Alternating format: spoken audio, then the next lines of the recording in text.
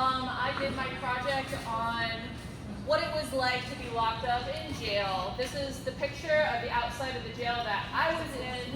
In 2019, I was arrested. The charges were attempted murder. There's all my friends who I was in jail with. We were in Unit 7A of Todd Road Jail in Ventura County. I actually visited Tavia over spring break. So since I couldn't take a camera into jail, many of the images are not ones that I took myself.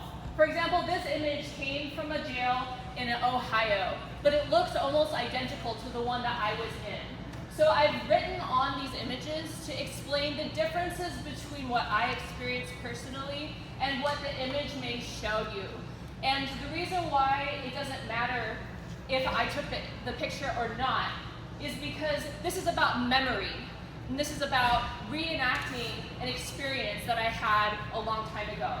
This is an AI image of what the back of the door in my jail cell looked like. Every single day I would stare at this rusty blue metal surface.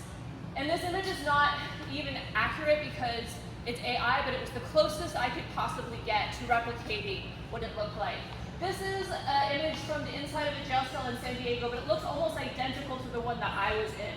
There was no stairs or steps to the top bunk, so in order to get up there, you'd have to climb up onto the desk and then jump. The toilet was in full view of the window and the door. This is a computer-generated image from a video game graphic. It's not AI, but it's not a real photo either. That sink is where you get all your water from. If you want to make top ramen, you have to fill it up with lukewarm water and let it soak for an hour, and that's how you eat top ramen in jail. Once a month, you climb onto the jail bus, and then you go to court, and that is the one time that you may possibly interact with people from the opposite sex. This is a great time for you to pass notes with your inmate number, so if you want to have a pen pal. Otherwise, the women's only section, we almost never saw any other people but us and the cops. You would look out the window of the bus and see the color green for the one time that you get outside of the jail per month. And it's very brief.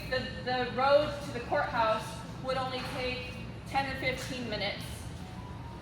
Once you get to the courthouse, they put you in another cage. You never get to face the judge face to face. I was not able to pay my $500,000 bail, and I was not willing to take a plea deal bargain. So I ended up spending almost a year in jail because I couldn't afford to buy my freedom. You get back on the bus and you go back to the jail and you look out the window and you see the oranges and the lemons and the limes that you will never get to taste. Well, actually, that's not true because they gave you an orange every single day, but none of the other things.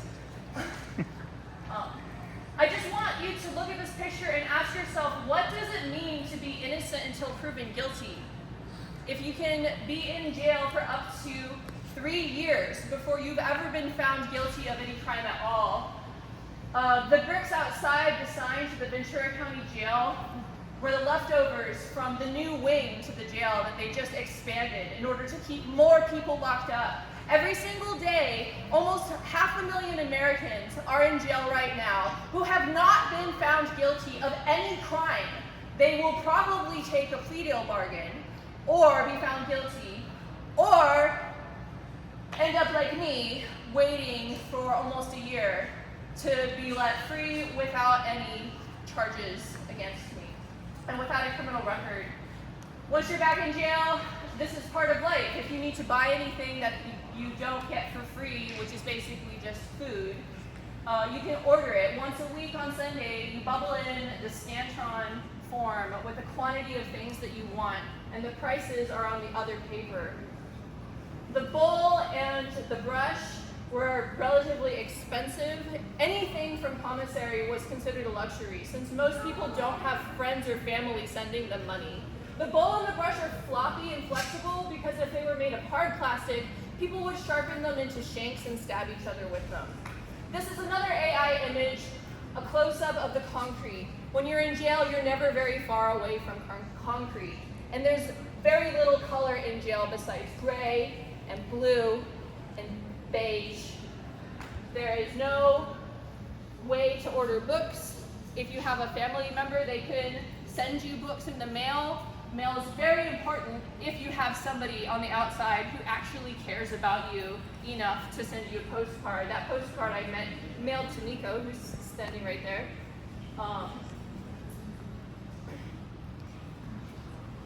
So these are documents that I collected from my time in jail. Anything that gets mailed in or out gets inspected. There's a lot of rules and a lot of reasons why they may reject your mail, and instead you'll get a form with a vague identification for why. For example, you can't mail a greeting card that has glitter on it. You can't mail a piece of mail that has a lipstick mark on it, or any scent or perfume, or even crayon was not allowed, because what if there's drugs in the crayon and they lick it? This is the outside of the visitor entrance. This is not part of my memory because I never saw the outside of the jail except for the brief moment going in and out. But I went back there and I took pictures of the outside. This is a picture of some other jail, but this is almost identical to what the visitor section looked like in my jail. From this point of view, this is where the visitors would be, and then on the other side, each prisoner has their own small room that they are locked into separately. This is another AI image of the rusty metal that you would have to put your 1-inch mattress on. This is inaccurate because in real life it would be much rustier and it would be much filthier, but it was the closest thing that I could get mid-journey to make of what it looked like. And you couldn't clean it, you had to just lay on it. And then lastly, I wanted to show significant news clips of what I saw on TV in my last few weeks of jail or month of jail. Because of COVID, a lot of prisoners were catching the disease and many of them were dying, like that guy in the top middle. And there was a lot of activism to get people out of those jails if they were either close to finishing their sentence or if they had a good chance of winning their case. And I'm so lucky to be one of the people who was considered for early release, since if I had taken a plea deal bargain, I would have already finished my sentence by then. So I am very thankful to COVID, otherwise I would possibly not be standing here in front of you guys today. So thank you for watching my presentation.